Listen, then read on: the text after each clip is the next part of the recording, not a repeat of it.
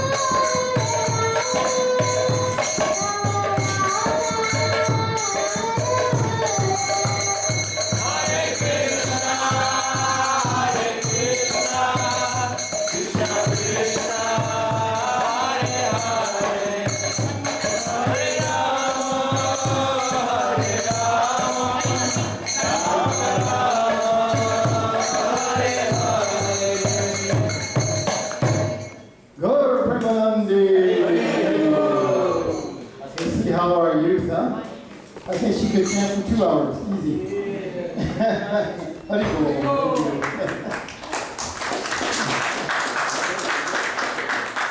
So we want to welcome everyone to our Sunday program, and we want to take this opportunity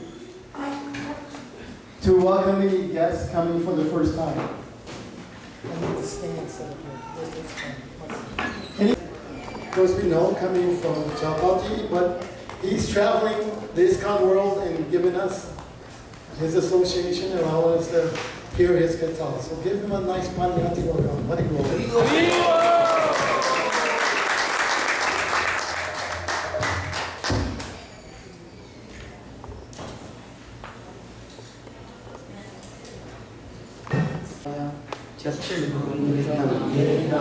Tasmai Shri Gurave Namaha Namo Vishnu Padaya Vishnu Krishnaya Bhutale Srimate Bhakti Vedanta Swami Nityanamine Namaste Saraswati Deve Gauravani Pracharine Nirvishesha Shunyavadi Asya Pradeshitarine Vancha Kalpatarudesya Kripa Sindhu Vacha Patitanam Pavanebhyo Vaishnavebhyo Namo Namaha Jai Shri Krishna Chaitanya Prabhu Nityananda Shri Advaita Gadadhara Srivasadi Gaur Bhakta-vrinda Hare Krishna Krishna Krishna Hare Hare Hare Rama Rama Rama Hare Hare.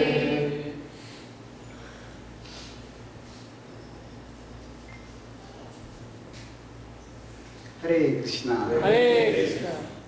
I'm grateful to be here with all of you at the lotus feet of their lordships. And I'll speak today on the topic of a grateful heart is a powerful heart.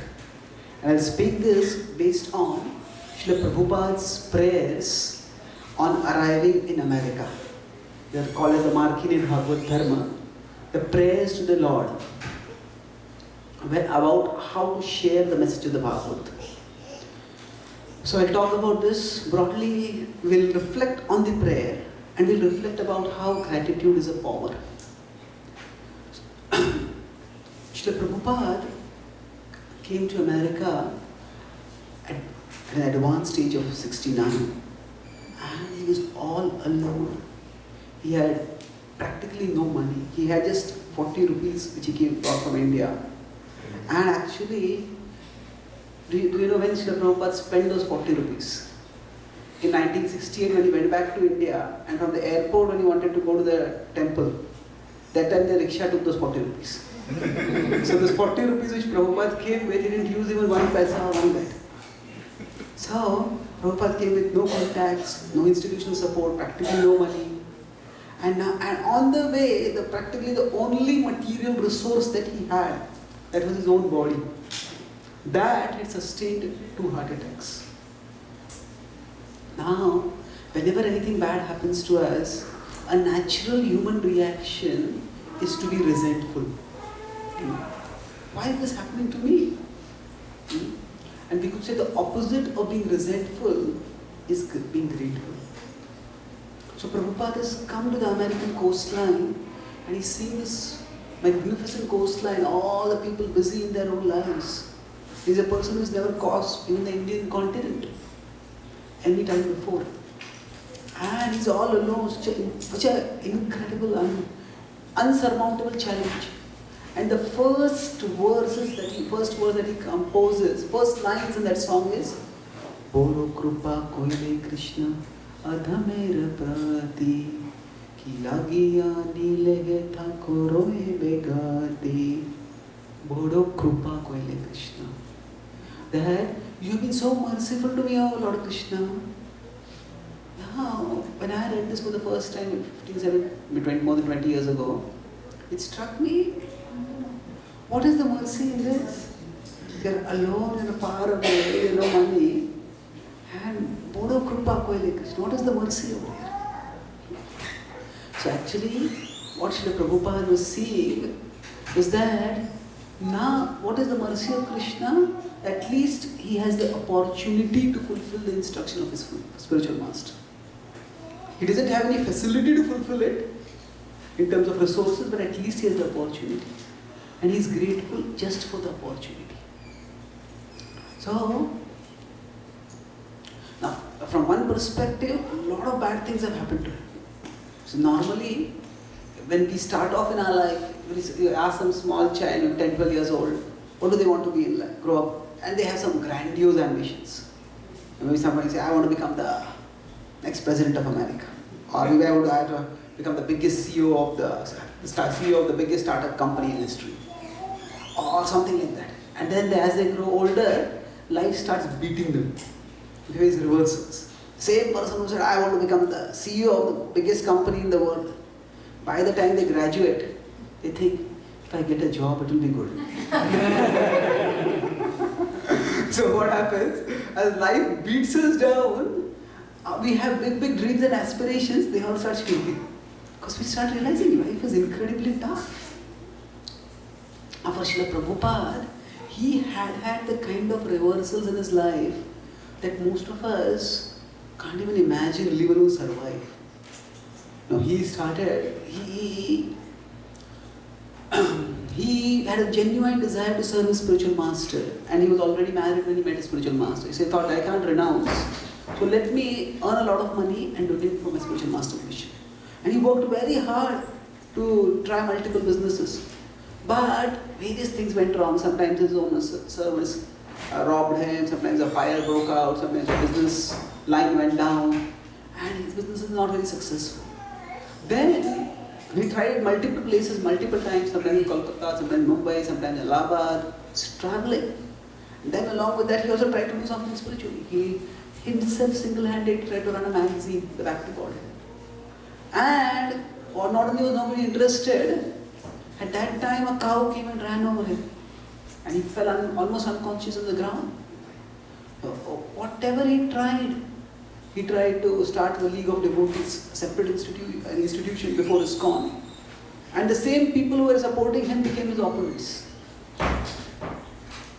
Then he tried to work with his own God family, and they said they just didn't want him to become too influential. And somehow everything that he tried to do, it just collapsed. Almost everything. So it's so easy to become resentful. Finally, normally we try to do something and it doesn't work. We try to do something, it doesn't work. Gradually we start losing hope. But instead of Prabhupada's spiritual ambitions going down, they grew bigger and bigger. He had no success worth the name in India, and he said, I want to go to America. People have to give the strange looks at that thing, America. The Sunti Moraji, who was the sponsor who eventually helped him come to America, she told him, my secretaries are saying that you cannot go to America. He says, why not? He says, Swamiji, America is so cold and you are so old. How will you survive there? So Prabhupada said nothing is going to happen to me. Prabhupada somehow persuaded her and he finally came. So there were so many things, one after another, going wrong in his life. Everything that he was trying was backfiring. And still, Prabhupada never became resentful. So how can one be grateful in such a situation when everything seems to be going wrong? So I'll talk about 3 principles. I'll use an acronym called ACE. ACE your life with gratitude. And when bad things happen in our life, how can we be grateful? So A is look for the good around the bad. Bad things have happened, but instead of fixating on what is bad, look for the good around it. So what was Srila Prabhupada doing? He was not thinking about, oh, I have come alone, I just recovered from this heart attack. See, look for the good around it. At least I am here in America. At least I have an opportunity to fulfill the instruction of the spiritual master. And in general, what we look for is what we find. That means, if we are looking for how life is unfair, how the world is unjust, how people are so bad with us, we will find the evidence for that. And it is true. People will sometimes betray us. It is true that terrible things will happen. Sometimes we don't even do a small mistake and still a big reaction comes upon us. So it just happens to everyone in life. But either we can look at the bad. See, when something bad has happened, we basically have 2 options. Either we resent it and then we get crushed under our own resentment. And when that happens, actually resentment of reality often hurts more than the reality itself. Like for example, suppose you are supposed to go for an outing, maybe with all your friends, a spiritual picnic. And just the night before that picnic, you get flu. And then, now you are in bed, and all your friends are maybe sending photos on Facebook of where they are going, what they are doing, this kirtan, this site, this program. And we start thinking, why did this have to happen to me? Now, I mean, flu is not necessarily particularly painful.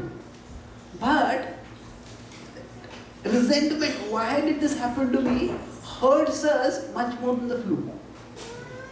So resentment of reality hurts more than reality. So if we are looking for how many bad things are happening in my life, we'll find so many bad things happening. But if we look for the good, even if this bad thing is there, I can't deny it, it is bad. And I can't imagine it is good, it is bad. But look for the good around the bad. Okay, this is bad, but what is good? So Prabhupada was appreciating that he had the opportunity to serve a spiritual master. Now if we look around us in our own lives, there are so many things right. If we are just alive, that means there is more right than wrong with us. Whatever our average age is, 35, 40, 50, 60, Millions of people die before they come to our age. So if we are just living, we have reason to be grateful. And we are not just living, there are hundreds of things which are good in our life. We can look at, we have a good family with us, a good social network with us. We have got spiritual association, we may have health, we may have health insurance. So many things which are good in our life. So our mind tends to fixate on all that is wrong. So we need to consciously get it back. Now sometimes the gratitude has been recognized as a virtue even by people who are non-spiritualists. Even atheists recognize that we should be grateful. But then you ask them, okay, I'm grateful. Okay, whom are you grateful to? No, I'm grateful in general. To say I'm grateful in general is like saying I'm married in general. Marriage is to a specific person. You are not married in general. So, it's good that somebody who is atheistic is also trying to cultivate gratitude. But gratitude is meaningless without an object for the gratitude. Whom are you grateful to? So yes, we can be grateful to our parents, our friends, our family members, other devotees around us. Ultimately, we are grateful to Krishna. So Prabhupada is saying, Boro Krupa Koile Krishna. So he could have looked at, I'm alone, I'm old, I'm sick, what am I doing on this land? But he did not look at all that. He looked for the good around the bad. In the big picture, at least I have the opportunity to serve my spiritual master. Prabhupada had his own disarming humility. And once he was asked, and he himself raised the question with his disciples, do you know why I went to America? Since my godbrothers went to London, they went to UK, why did I go to America? Now of course, there are many reasons. After the Second World War, UK's stock went down, America's stock went subsequently hugely up. So, in the past, before the Second World War, it was said that the British Empire was so big that the sun never set on it. And Prabhupada went to London, he said the sun never rises here.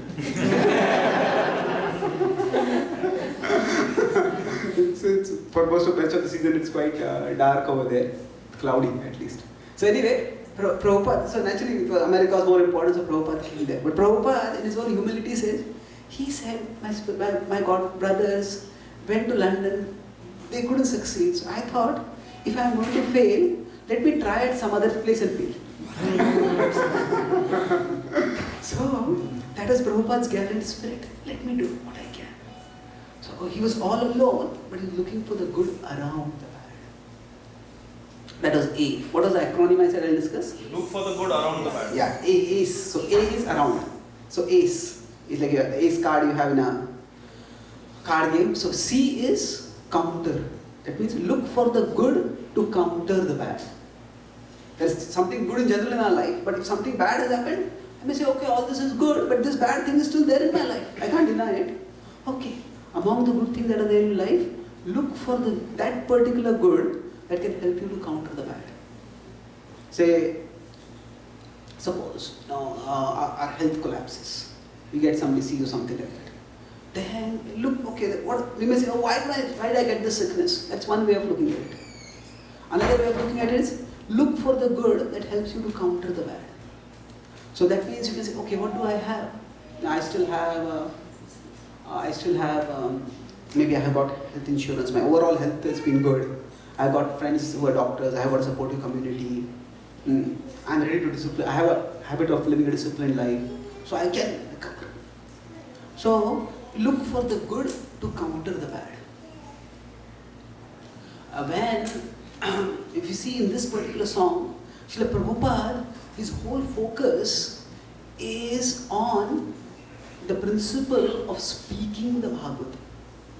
He says, so Prabhupada, he has come for a particular mission. That mission is, he wants to share the message of Krishna's love. And there is a world filled with materialism and even nihilism, hedonism. But Prabhupada is going to share the message of Krishna's love. And what is the good that he has to counter the bad? The whole influence of passion and ignorance that is there all around him. What is there to counter that?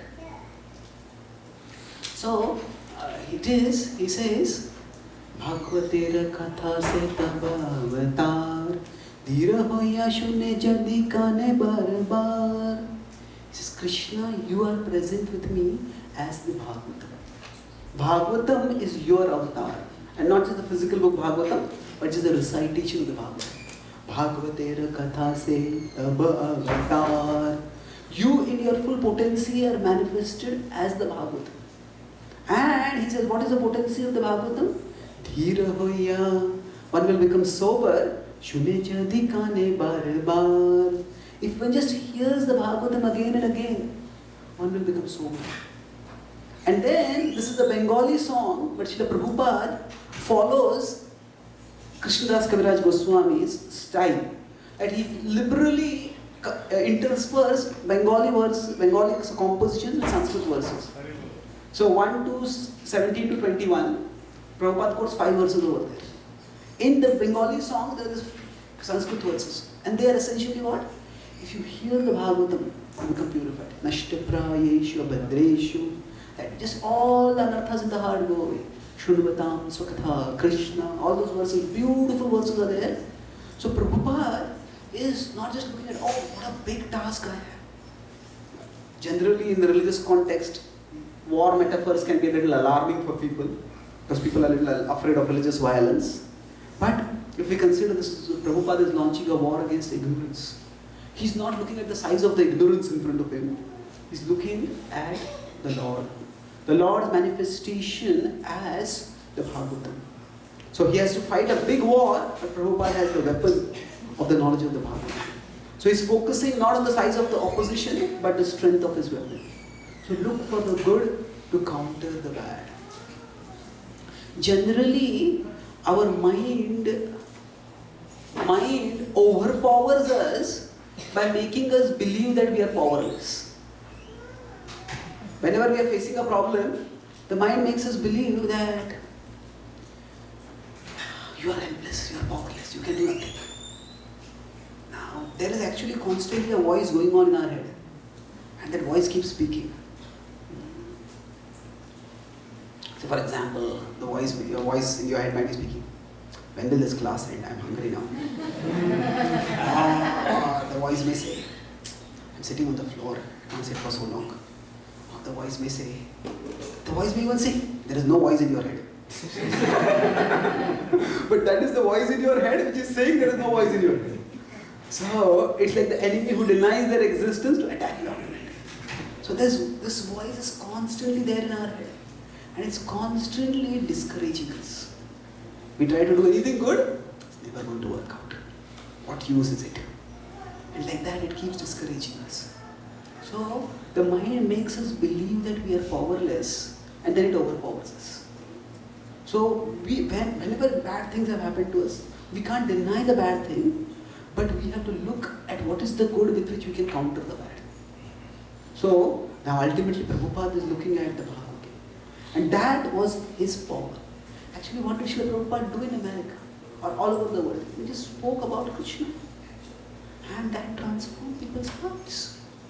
So for all of us, Krishna is always there with us. And if we connect with Krishna, that is the good that can help us to counter the bad. And it's not just Krishna. If you look around us, even at a material level, there may be so many good things for us. Some of you may notice that I need crutches to walk. So I have a physical handicap. I have polio since my childhood, since I was 1.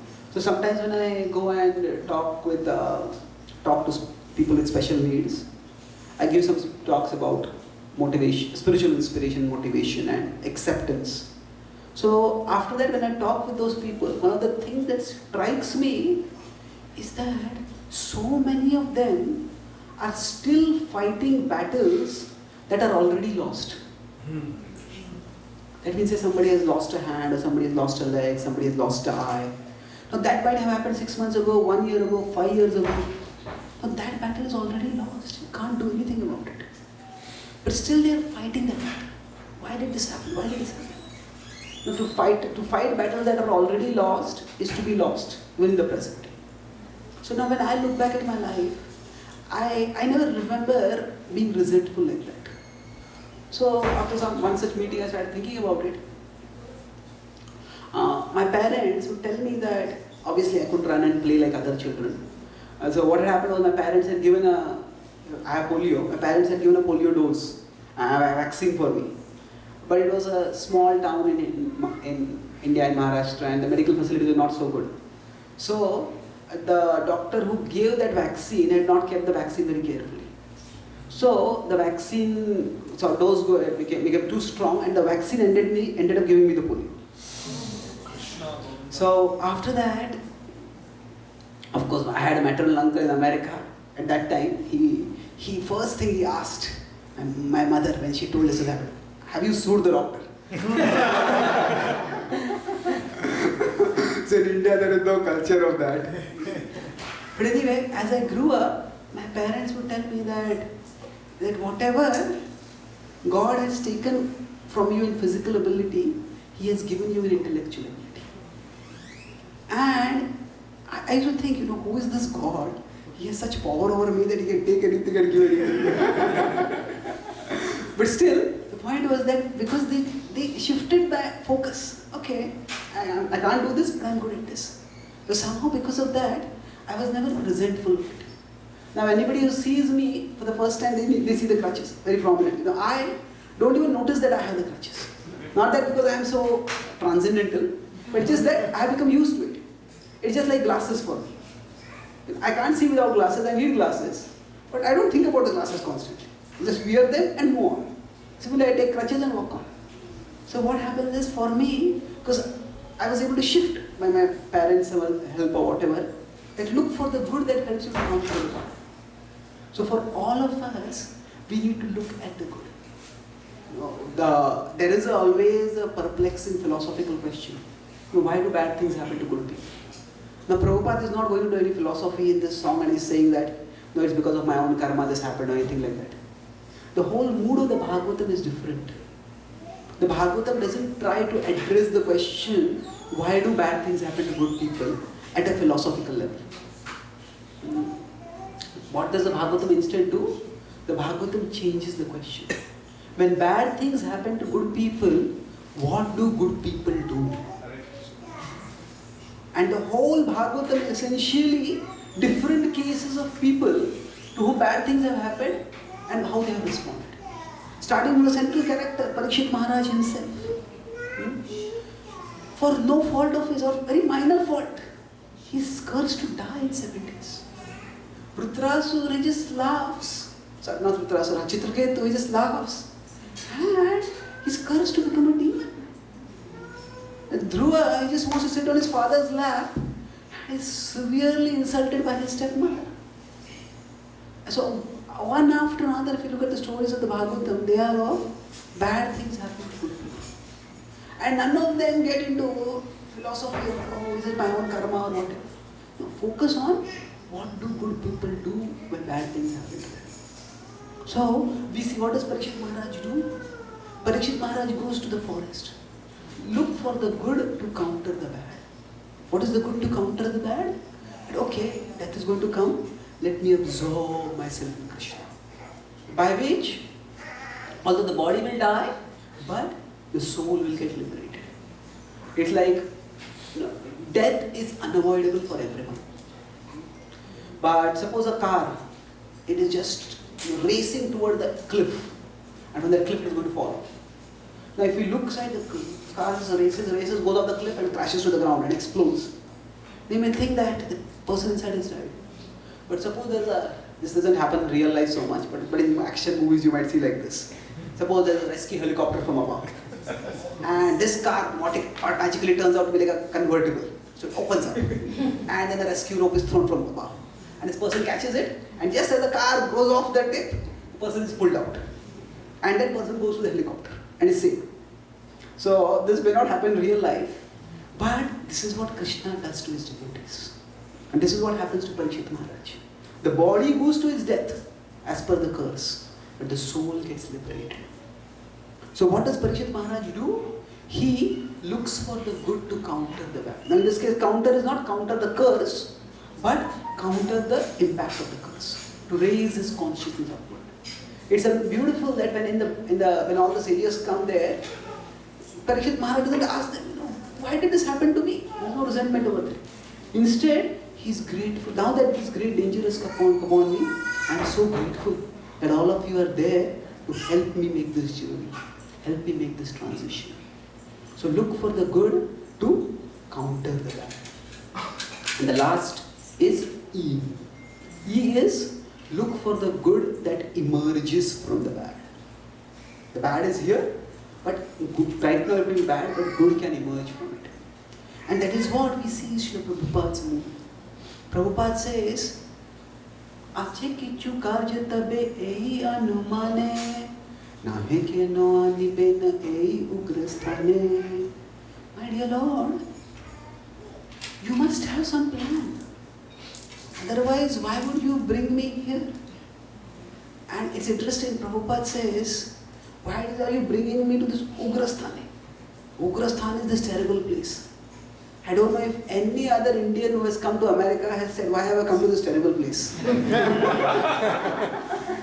For most people, America is like a dreamland. About 25 years ago, I had given GRE and I had an opportunity to come to America. And instead I decided to serve Srila Prabhupada and Krishna. So after about 20 years, I came. So most of my relatives were very disappointed, very angry with me.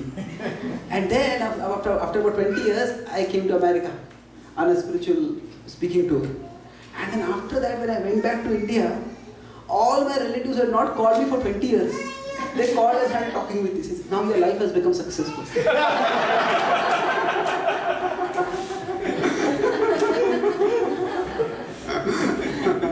So, Prabhupada is saying, why is he saying this is Ugrasthan and everybody else sees this wonderful place? Prabhupada is saying from a spiritual perspective that everybody is covered by the modes of passion and ignorance. And in that sense, he's saying, Krishna, why have you brought me here? Ache kichu karja. You must have some purpose. You must have some plan. So, he concludes the song by saying, my dear Lord, whatever is your plan, just make me your puppet in the plan.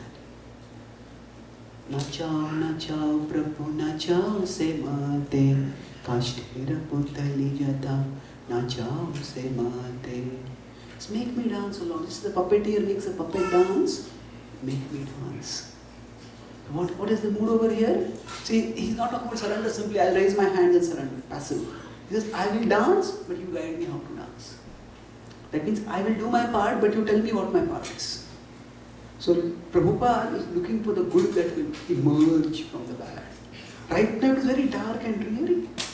Prabhupada also says that there are many times he thought, well, let me just go back to India. What am I going to do over here? But he said, yeah, come here, let me keep trying. Keep trying. They kept trying, and eventually how Krishna made Prabhupada dance.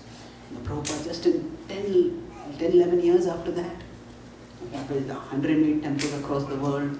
He went around the world 14 times on global tours of speaking about Krishna, inspired millions of people toward God consciousness and Krishna consciousness, and wrote over 70 books.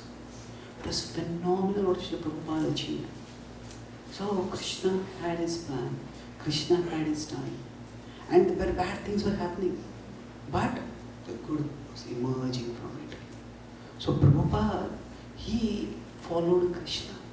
Krishna says, Dadami buddhi yogam tam yena mam upayanti te. I will give you the intelligence by which you can make wise decisions. You can come to me. You can get others to me. But what is the condition for that? Tesham satata yuktanam bhajatam priti purvakam. We have to serve Krishna affectionately. Not bhajatam gruna purvakam. Not bhajatam resentment purvakam. No, it's all of us, even in our devotional life. Now things will happen which will just make us shocked. We will sometimes see that some devotees will inspire us a lot. And then sometimes it will happen that some devotees will make us feel that, oh my God, do I want to become a devotee also? It will happen because everybody is different, everybody has their conditionings. So what happens? We have to look for the good to counter the bad and look for the good that will emerge from the bad. So if we are patient, if we are not passively patient, but perseverantly patient, we do our part and wait for Krishna to do his part, then no matter how dark the present may be, Krishna will bring a brighter future out of it. That is Krishna's experience. And it is, as I started by saying, the topic is a grateful heart is a powerful heart. Why grateful? Although Krishna is present in our heart, we block Krishna out of our heart if we don't have gratitude. If we are resentful, then Krishna can't enter into our heart or make his presence manifest in our heart, and he can't act through us. Even when he wants to help us, he can help us only when we open our heart to him. So, to the extent we can cultivate gratitude, to that extent we can access Krishna's power.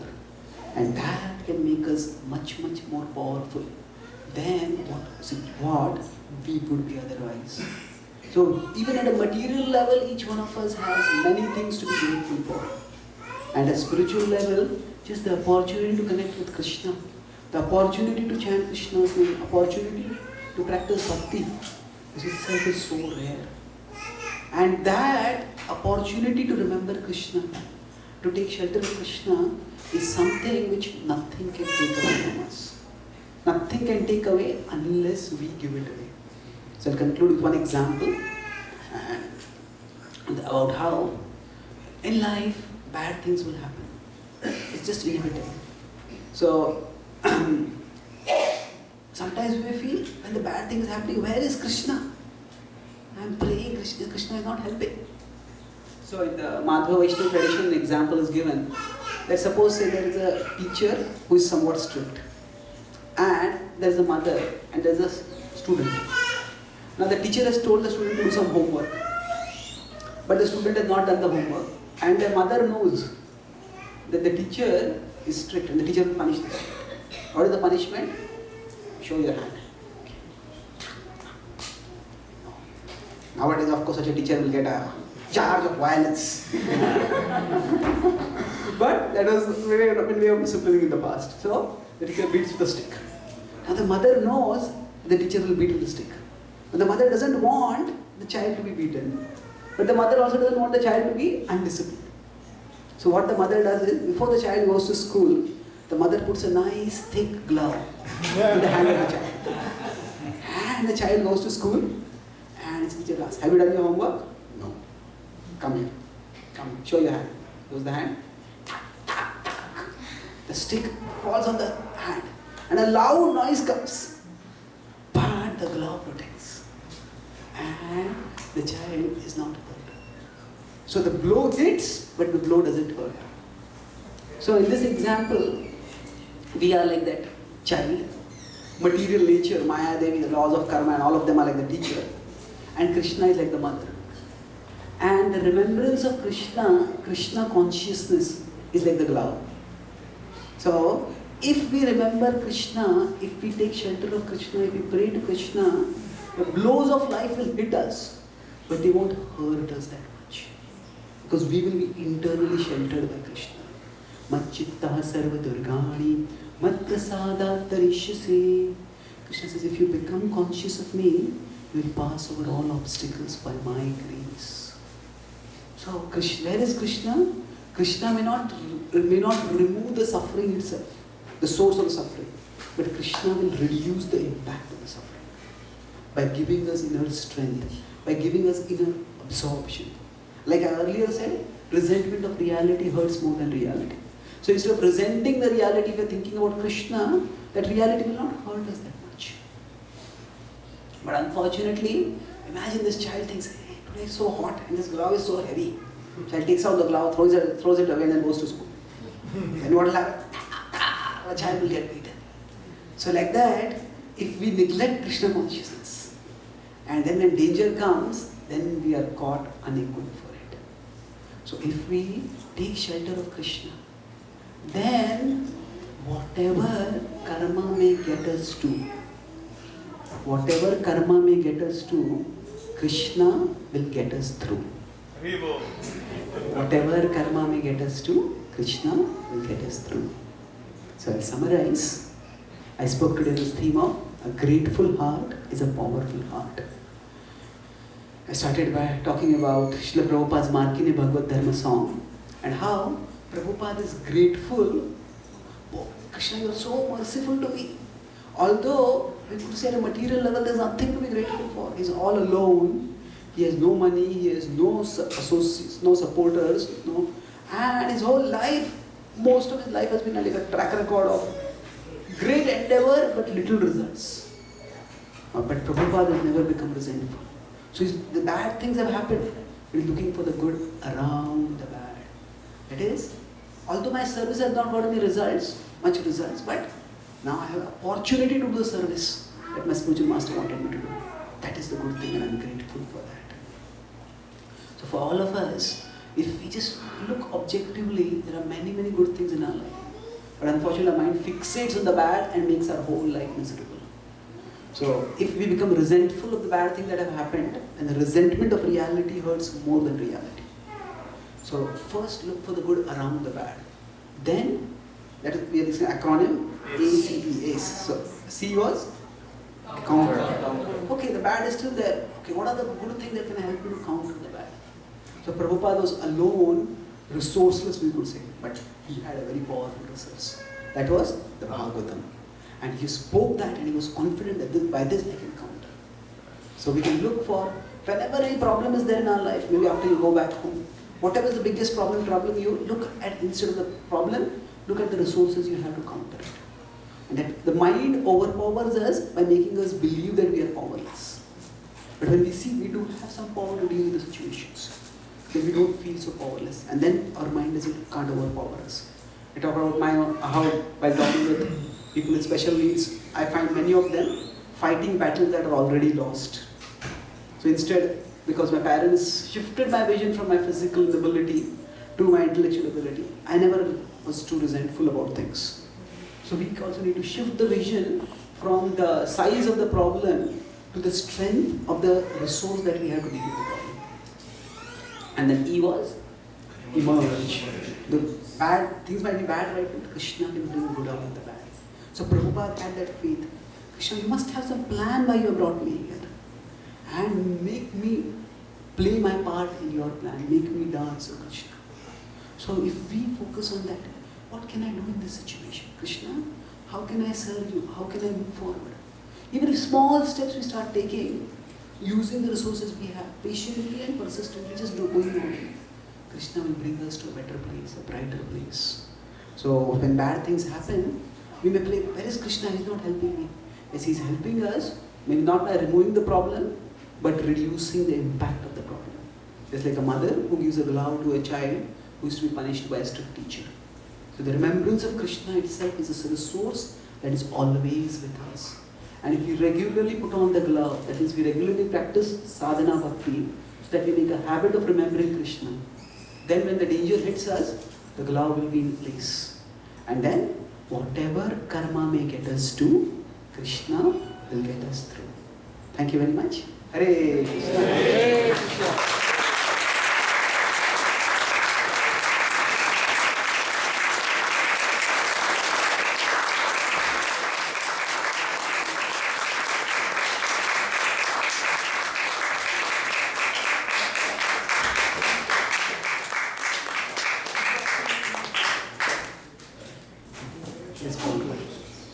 Prabhu, you were mentioning that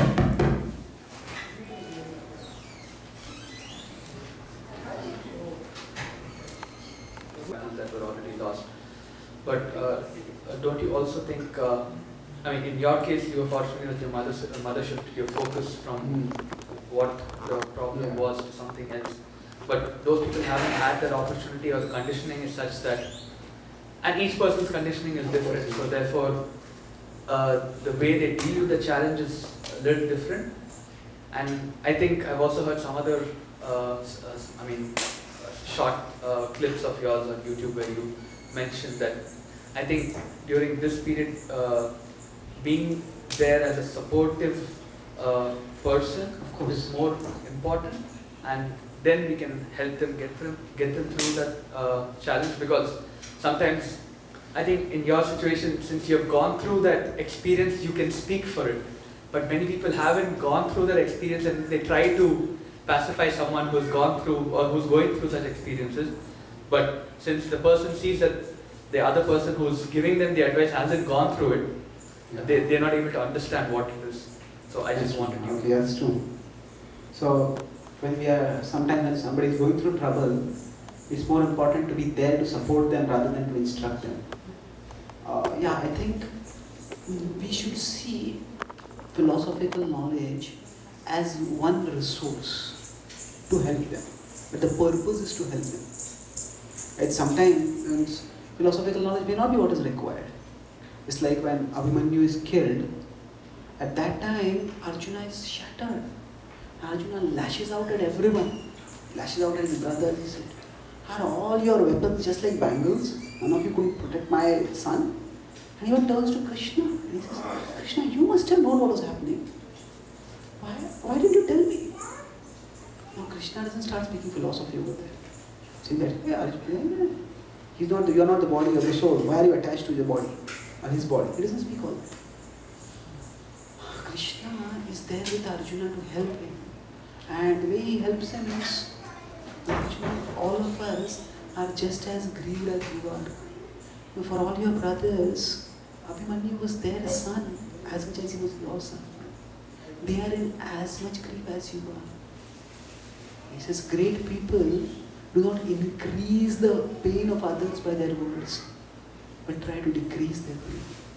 Please do not speak such words, O Arjuna. We are all suffering here. So, Krishna is very empathic. There is a time to speak philosophy and there is a time to not speak philosophy. So we have to see appropriately what is the best way to help someone. Now, when somebody is going through some difficulty, how to help them, that we have to see it specifically. I'm not going to say that, or just don't be resentful. We have to see how to help them, definitely. But I was making a general observation of something that has happened maybe a year ago, 2 years ago, 5 years ago, and still they have not processed it. Then we have to move on in life. And if we keep holding on to resentments from the past, then we stay locked in the past. So how we specifically get out of it, that's a specific thing which has to be done sensitively according to case to case. But what I was talking about, the principle itself, that we can't stay locked in the past, resenting what has happened. Okay? Thank you. Any questions?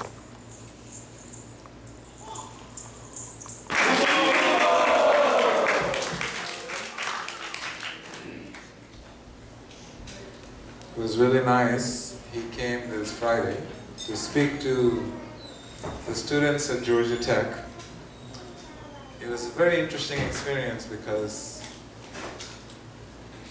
I'm always trying to see how the students would react to the different speakers that come into the campus and try to share their realizations with them.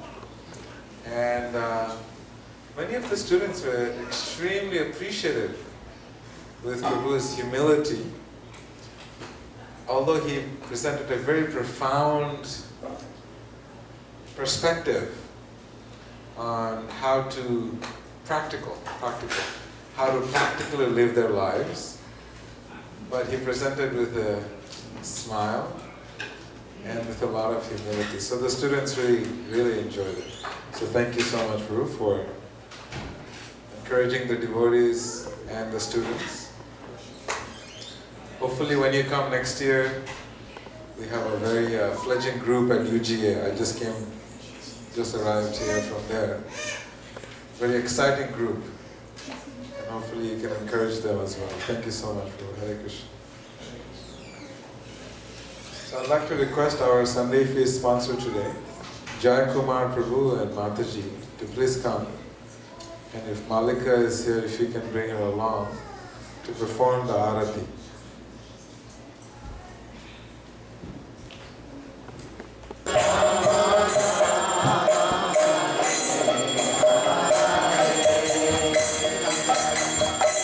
Krishna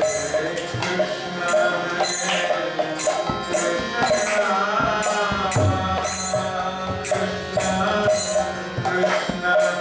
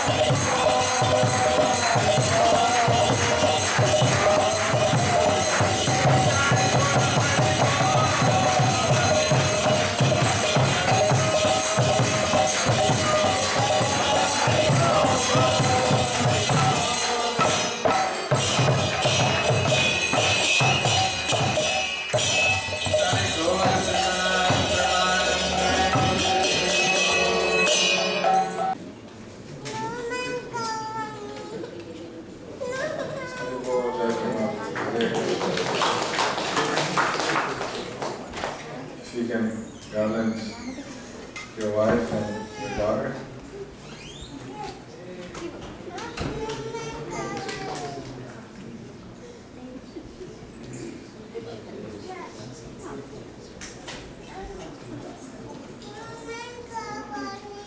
Hare Krishna.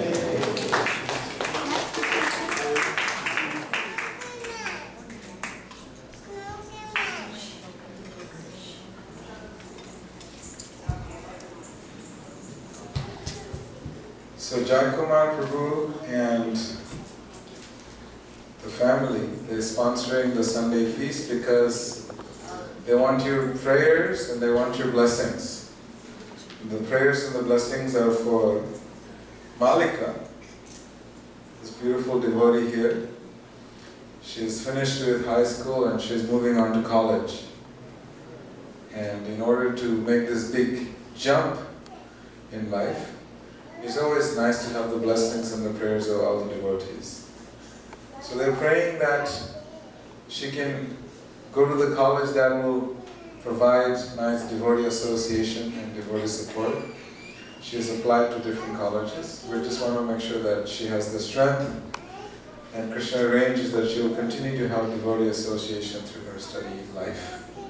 So if we could all please raise both our hands, we're going to pray to their lordships for Malika and the whole family as well, together. Hare Krishna, Krishna Krishna, Hare Hare, Hare Rama, Rama Rama, Hare Hare. Thank you so much, Guru. Hare Krishna, Hare Krishna. You can pencil these dates in your calendar. So on October the 12th, we are celebrating our annual membership picnic. Every year, the devotees get together and we have a big feast where we feast on the holy name and we feast on the association of devotees and we feast on all kinds of prasadam, South Indian, North Indian and Italian. And so there's a lot of devotees who are cooking varieties of different prasadam for all of you. So I request you to please come and join us. We'll also have different sharing of realizations of devotees. We'll have ecstatic kirtan also. And we'll also be playing some devotee sports and bonding with each other more. Rupa Goswami explains in the Nectar of Instruction that the 6 loving exchanges, dadati pratigrinati guhyamakhyati prichati bhunkte bhojayate shaivam shadvidham pratilakshana. So we're going to try to practice this one day and maybe learn some more art and skills on how we can develop more personal relationship with each other. You'll be surprised, you'll be sitting in the temple with someone for 30 years, you still don't know anything about them other than their name. So it will be nice if we all get together and really get to know each other and our spiritual journeys. So that is on the 12th, and it will start at noon. So it's only 4 hours. So noon will start, kirtan sharing, and time will pass so fast you have no idea when you're in association with devotees. And then prasadam, and that will be at Sweetwater Creek. We have never done it in this park. It's somewhat centrally located for the devotees who are living in the south and for those who are living in the north. That's why instead of making it 10 o'clock, we made it at 12. So please try to come at 12 and not 1, because you may miss some part of the fun. And on October the 13th, which is a Sunday, that is the beginning of the Damodar month. So Kartik Vrata is starting, and the temple is organizing that every day we want to visit some devotee's home. We'll have a program, we'll do Damodar. We can do it during the day, we can do it in the evening. Because if we have more than 30 families that wants us, then we'll also do it in the morning as well. So please give those dates that you would like the devotees to come, and we'll send out the full schedule to all of you so you can choose which one is close, which one is far, and what is convenient for you, what is not convenient for you. And please kindly attend this whole month of Damodar program every day, narrating the same pastime of Damodar Leela, but we're also hoping we'll have different flavors to those pastimes. And then on October the 27th is celebrating Deepavali. So we'll be celebrating it here. And then the next day, which is a Monday, it is Govardhan Puja. So it's a very important big day for us. Also requesting if there is a way you can take time off and maybe work a few hours less to be here on time on Monday for Govardhan Puja. And then on the 31st, we're celebrating Srila Prabhupada's disappearance day. So this is the full schedule for the month of October in a nutshell. And then on December the 15th and 16th, we're also celebrating our annual Kirtan Fest. So we're still finalizing and booking tickets for different singers coming from different parts of the world and the United States. It's a big gathering, big mobilization, a lot of effort. And one of the reasons we do this is so that many of you travel far and wide to join in the Kirtan. Some of you spend thousands of dollars to go to different Kirtan melas. So we are trying to see how we can create a Kirtan mela here, year after year. And it almost seems like Bhakti Chaitanya Maharaj will also be here for the Kirtan mela. So we're still confirming every week from now. As the confirmations come in, the tickets are booked, we will keep you informed about all the different Kirtaniers that are coming. And we'll get together and do Harinam. So please pencil those dates in your calendar, December 15th and 16th. And if you have any questions, you can see Adi Gadadhar Prabhu or you can see me or Shweta Suru Prabhu, and we'll be able to help you. We'll try to help you. So thank you very much. Srila Prabhupada ki jai. Just come and have the darshan of the deities, and prasadam will be served outside.